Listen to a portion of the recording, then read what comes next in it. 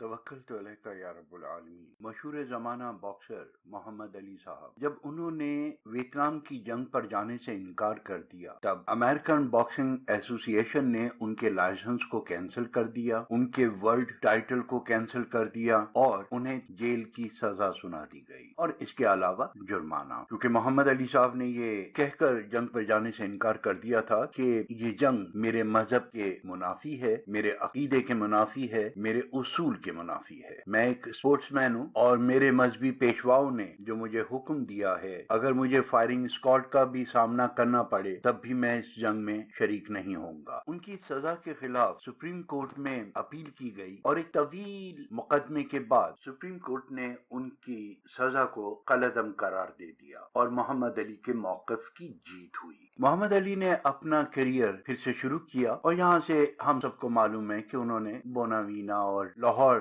سنت اینتھنی سے پڑھے ہوئے باکسر جیری کوئری سے اپنے نئے باکسنگ کے سفر کا آغاز کیا۔ اب محمد علی کے وکیل اور ان کے جتنے بھی مخلص دوست تھے، یہاں تک کہ پریس نے بھی اس قسم کی خبریں شائع کرنی شروع کر دیں کہ اب امریکہ کی تاریخ کا ایک بہت بڑا لا سوٹ دائر ہوگا، ایک لا سوٹ سامنے آئے گا، کیونکہ ایک ورلڈ چیمپئن کا اعزاز جو اس نے لڑ کر رنگ میں جیتا تھا، اسے ایک بند کمرے میں میٹنگ کر کر چھین لیا گیا۔ تو اس بے انصافی کے خلاف اور اس طویل ذہنی اور جسمانی اذیت کے خلاف جو مقدمہ دائر ہوگا، کیونکہ اس میں ان کا ملینز آف ڈالر کا نقصان ہوا ہے، ایک بہت قیمتی پے بیک نظر آئے گا جو یقیناً امریکہ کی تاریخ کا حصہ بنے گا۔ جب انہوں نے محمد علی صاحب سے کہا کہ آپ یہ مقدمہ دائر کریں تو انہوں نے یہ کہہ کر انکار کر دیا کہ اگر میں ایسا کروں گا تو مجھ سے بڑا منافق کوئی نہیں ہوگا، کیونکہ میں نے اپنے یقین کے مطابق اس جنگ پر جانے سے انکار کیا تھا اور انہوں نے اپنے یقین کے مطابق مجھ پر پابندیاں لگائیں تھیں۔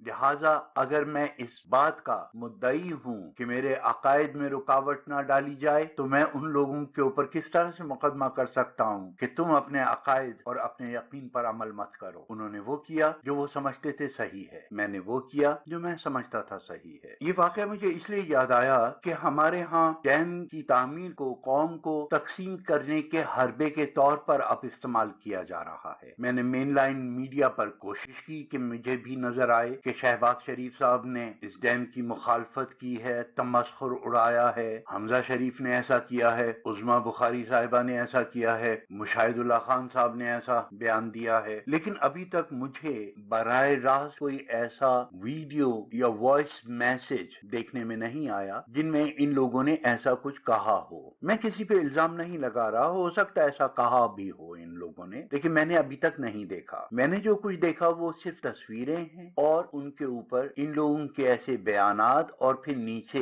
آپ سمجھ سکتے ہیں کیا لکھا ہوا ہوگا، اور پھر ان کی غلیظ حرکت کو مزید شیئر کیا جائے۔ یہ صحیح ہے تو غلط ہے تو دونوں حالتوں میں ہمیں ایسی خبروں کا بائیکاٹ کرنا چاہیے جو ہماری قوم کو تقسیم کریں۔ اگر واقعی ہمارے درمیان میں ایسے ناعاقبت اندیش سیاسی رہنما موجود ہیں تو ہمیں اپنے پریس سے یہ امید رکھنی چاہیے کہ وہ ان کا بائیکاٹ کریں، نہ کہ ان کے نفرت انگیز پیغام کو آگے پہنچائیں صرف اس لیے کہ اس فرد کی یا اس پارٹی کی تذلیل کا ذریعہ بن رہے ہیں۔ نہیں، یہ آگے معصوم لوگوں کو تقسیم کر رہے ہیں اور قومی تقسیم کسی بھی قیمت پر ہمیں گوارا نہیں ہونی چاہیے۔ محمد علی صاحب کی مثال میں نے اس لیے دی کہ جس طرح سے یہ لوگ کٹ اینڈ پیسٹ کر کر عمران خان صاحب کی تصویر کو ایک بزنس مین کے ساتھ دکھا کر یہ واویلا کر رہے تھے، اپنی قبروں کو آگ سے بھر رہے تھے کہ یہ اسرائیل کے وزیر اعظم کے ساتھ پہلے پاکستانی کی تصویر، تو جب ہم ایسی باتوں کی مذمت کرتے ہیں تو پھر ہمیں پی ٹی آئی کے ورکرز اور حمایتیوں کی بھی مذمت کرنی پڑے گی کہ اب آپ لوگ جو کر رہے ہیں وہ بھی غلط ہے۔ اور اگر سچی مچ میں بھی انہوں نے ایسا کہا ہے تو کتنے لوگ ہوں گے جو ان کے غصے میں آ کر کوئی چندہ وغیرہ دیں گے۔ آپ ان کو نیچا دکھانے کے لیے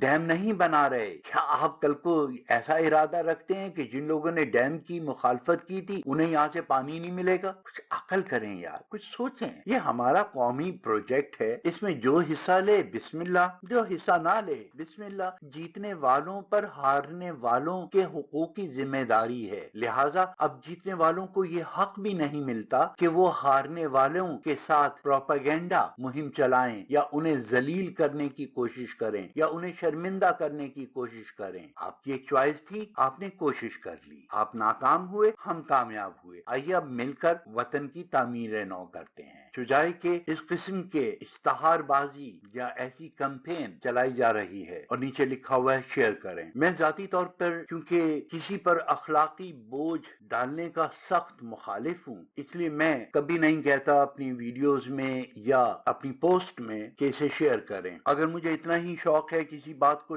آگے پھیلانے کا تو اس کے لیے دوسرے ذرائع موجود ہیں جو میں گاہے بگاہے استعمال کرتا رہتا ہوں۔ ابھی ڈیم سے متعلق میرے ایک اشتہار کو جرمنی اور یونائٹڈ کنگڈم نے یہ کہہ کر اپروول دینے سے انکار کر دیا کہ یہ سیاسی قومی امپورٹنس کا اشتہار ہے، لہٰذا ہم اسے اپروو نہیں کر سکتے۔ Political and national importance and you don't have any authorization, یعنی میرے پاس ایسی کوئی اتھورائزیشن نہیں ہے کہ میں سیاسی قومی مفاد کے لیے کوئی اشتہار دے سکوں۔ ہے نا مزیدار جواز؟ تو جب آپ لوگوں کا واسطہ ایسے لوگوں سے پڑ رہا ہے تو خدا کے واسطے کیوں اپنے آپ کو تقسیم کر رہے ہیں؟ ہوش کیجئے، سوچئے۔ اگر کوئی اس کی مخالفت کر رہا ہے تو اس کا ڈھنڈورا آگے پیٹنے کی ضرورت نہیں ہے۔ 1,00,000 حمایتی آپ کے اس کو لائک کر دیں، لیکن 10 ایسے بھی ہو سکتے ہیں نا جو یہ سوچ لیں کہ حمزہ ہمارا رشتہ دار ہے۔ وہی گرائیزم، حمزہ ہماری پارٹی کا لیڈر ہے اور وہ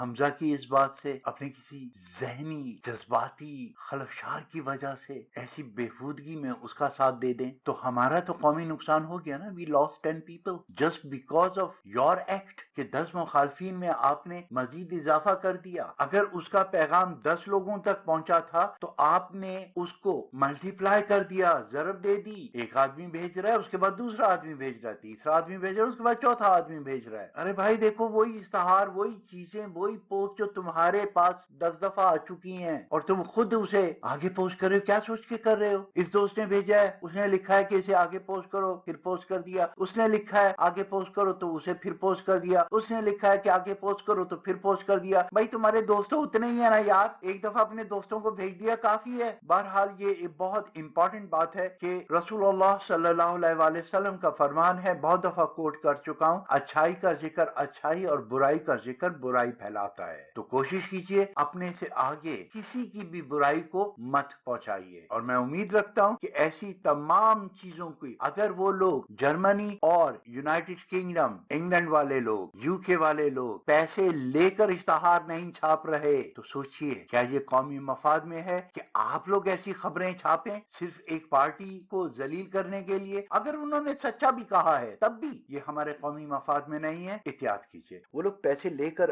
آپ کے حق میں اشتہار نہیں چھاپ رہے، اور ایک آپ ہیں کہ اپنی مخالفت کی ہواؤں کو اور ہوا دے رہے ہیں اور دھڑا دھڑ اسے شیئر کر رہے ہیں اور سوچ رہے ہیں کہ یہ ڈیم کے مخالفین کی تذلیل کا باعث ہوگا۔ آپ اپنی ایک پازیٹیو مہم کو جاری رکھیے، خواہ کوئی ساتھ دے یا نہ دے، ہمیں اپنا مفاد دیکھنا ہے اور اسی کے لیے اپنی تمام تر جد و جہد، اپنی تمام تر توجہ اور اپنے تمام تر وسائل استعمال کرنے ہیں۔ انشاءاللہ اللہ ہمیں ضرور کامیاب کرے گا۔ اللہ پاکستان اور پاکستان کے حامیوں کو اپنے حفظ امان میں رکھے۔ فی امان۔